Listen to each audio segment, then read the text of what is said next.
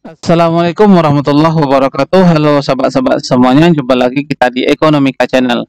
Pada video kali ini kita akan melanjutkan materi tentang mekanisme pasar. Dalam hal ini adalah penawaran. Pada video sebelumnya kita juga sudah membahas tentang penawaran atau supply pada pengertian, kemudian faktor-faktor yang mempengaruhi, juga bentuk kurvanya. Nah, pada pertemuan kali ini kita akan melanjutkan pembahasan tentang penawaran. Tujuan pembelajaran pada pertemuan kali ini adalah membahas tentang fungsi penawaran, kemudian pergerakan atau moving kurva penawaran, dan juga pergeseran atau shifting kurva penawaran. Nah, sebelum kita bahas, kepada teman-teman yang baru bergabung dengan channel ini, jangan lupa like, subscribe, dan share video ini. Mudah-mudahan video ini bermanfaat bagi kita semuanya. Oke, kita langsung saja ke pembahasan. Yang pertama adalah fungsi penawaran.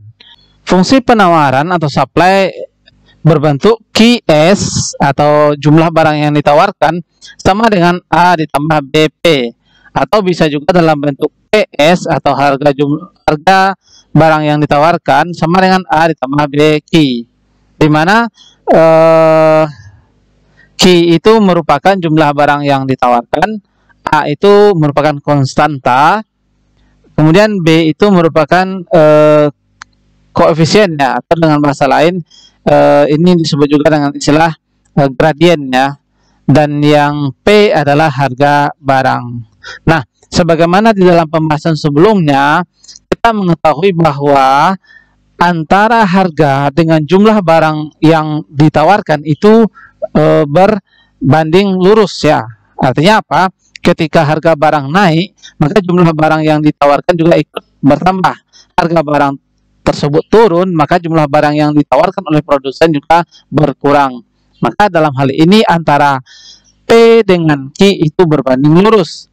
Artinya apa? Kalau kita lihat di fungsi yang pertama ini, Q-nya ini bertanda positif di sini ya. Jadi plus 1QS. Ya, jadi 1Q. Sama dengan A ditambah BP. Maka angka di depan P juga harus bertanda positif ya. Dalam hal ini adalah plus B. Jadi antara P dengan Q berbanding lurus. Kalau misalnya ini kita buat min Q, maka juga harus bertanda kurang di sini. Min BP harus seperti itu. Kalau dia adalah fungsi penawaran. Kalau bagaimana P di depan juga sama. Kalau P di depannya misalnya positif, maka angka di depan angka di depan Q itu juga harus bertanda positif. Jadi dalam penawaran antara P dengan Q itu berbanding lurus.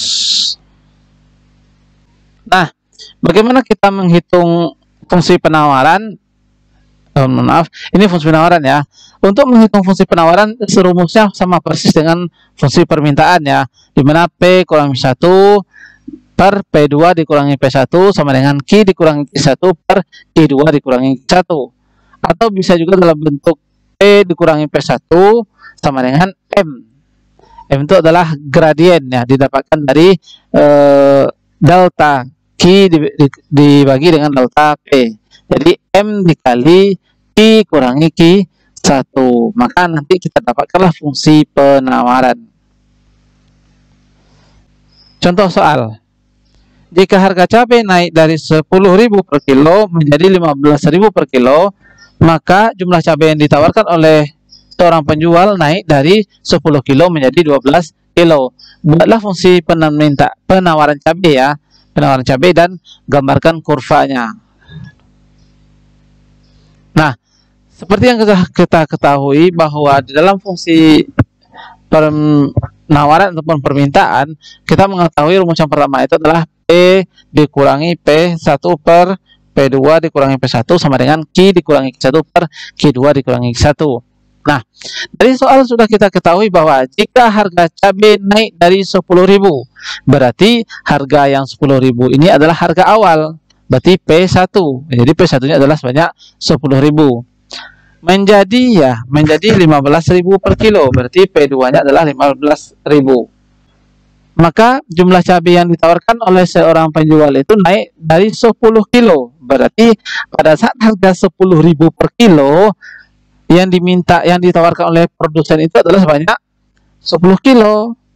Lalu karena harga barang naik menjadi 15.000, maka jumlah barang yang ditawarkan oleh produsen juga ikut bertambah dari 10 kilo menjadi 12 kilo.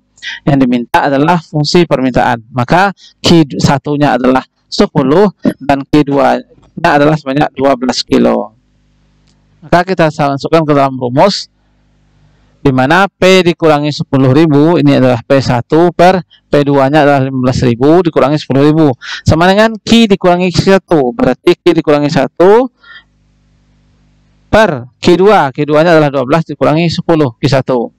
Maka kita dapatkanlah nanti nilainya. Ini kita bisa kurangi jadi 15 ya. 5.000, kemudian ini jadi 2P 2 dikurang P dikurangi 20.000 sama dengan 5.000 Q dikurangi 10. Berarti kita kalikan aja ke dalamnya. Berarti 2P sama dengan 10.000, 20.000 ya, 20.000 sama dengan 5.000 Q dikurangi 10. Dimana P-nya karena sudah dilindungi. Kemudian maka kita dapatkan rumusnya seperti ini. 2 kali P dapat 2P, 2 kurang 10.000 berarti 20.000 ya, karena pindah ruas jadi menjadi 10.000. Nah, sama dengan 5.000 dikali Q dapat 5.000 Q. Kemudian 5.000 kali 10 dapat 5.000 kali 10 dapat 50.000, kurang ya. Jadi ini kita dapatkan, maka 2P sama dengan 5.000 Q dikurangi 30.000, sama-sama dibagi 2. Dapatlah 2.500 Q ditambah 15.000. Maka kita dapatkan nilai P-nya nanti adalah sebanyak, di mana kita dapatkan nilai fungsinya adalah sebanyak 2.500 Q ditambah 15.000. Nah, maka kurvanya kita buat di sini, di mana 10 ini adalah ke 10.000, kemudian 12 ini adalah ke 15.000. Jadi kalau kita tarik talinya, maka dibuatlah kurva yang baru. Oke, seperti ini. Next, pergerakan kurva supply atau moving along the curve. Di mana pergerakan kurva atau disebut juga movement ini terjadi pada saat titik posisinya itu titiknya berubah ya. Misalnya dari 10.000 menjadi 15.000, maka titiknya itu akan lari ke B. Atau dari 15.000 ke 10.000, titiknya lari ke A. Nah, pergerakan ini disebabkan oleh hanya satu ya, yaitu perubahan harga barang itu sendiri. Jadi ketika harga naik dari 10.000 menjadi 15.000, maka kurvanya itu akan berrotasi ke titik B. Kemudian harganya turun dari 15.000 menjadi 10.000, maka dia akan berotasi ke titik A. Ya, jadi inilah yang disebut dengan istilah movement along the curve. Jadi penyebab dari pergerakan hanya satu, yaitu perubahan harga barang itu sendiri. Next, yang kedua adalah pergeseran kurva supply. Pergeseran kurva supply atau disebut juga dengan istilah shifting the curve. Pergeseran kurva supply ada yang disebut dengan bergeser ke kiri atas. Kalau kurva bergeser ke kiri atas berarti jumlah barang yang ditawarkan atau yang dijual itu semakin sedikit, mungkin berkurang. Tetapi sebaliknya ketika bergesernya ke kanan bawah, bergeser penawaran itu bergeser ke kanan bawah, maka secara otomatis jumlah barang yang ditawarkan tentu ikut bertambah. Penyebab dari adanya pergeseran itu adalah perubahan selain dari harga barang itu sendiri. Jadi pada pembahasan tentang faktor-faktor yang mempengaruhi penawaran kan ada banyak ya. Jadi semuanya itu mempengaruhi ke pergeseran kurva supply kecuali harga barang itu sendiri atau harga barang tersebut. Nah, kita cobakan. Misalnya harga barang itu sendiri itu pergerakan ya. Kita contohkan ke biaya produksi. Nah, biaya produksi atau biaya yang dikeluarkan untuk menghasilkan produk semakin mahal. Otomatis produsen akan berpikir dua kali untuk membuat produk tersebut ya. Artinya produsen akan mengurangi begitu. Maka ketika jumlah barang yang ditawarkan berkurang, maka kurva demand, kurva supply-nya itu akan bergeser ya ke sebelah kiri ya. Jadi ketika biaya produksi itu makin mahal, maka produsen akan mengurangi jumlah barang yang dihasilkan, maka dia akan bergeser ke kiri. Lalu apa yang lain? Kita contohkan teknologi misalnya. Teknologi untuk menghasilkan suatu barang juga akan mempengaruhi jumlah barang yang dihasilkan.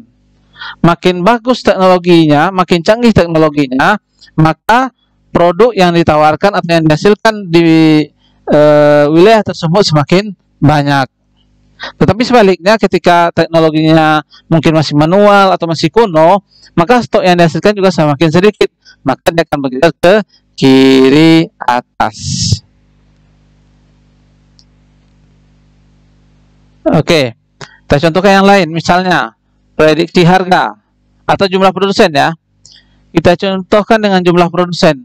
Ketika produsen kue semakin banyak, maka otomatis kue yang dihasilkan atau yang beredar di pasar semakin banyak.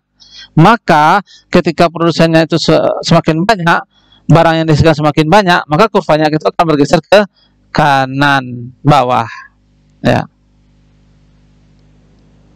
Jadi itulah beberapa faktor yang mempengaruhi ke shifting the curve. Oke, itu dulu materi kita pada pertemuan kali ini tentang faktor-faktor yang mempengaruhi penawaran dan juga pergeseran juga pergerakan kurva penawaran. Mudah-mudahan apa yang disampaikan di sini bisa teman-teman pahami.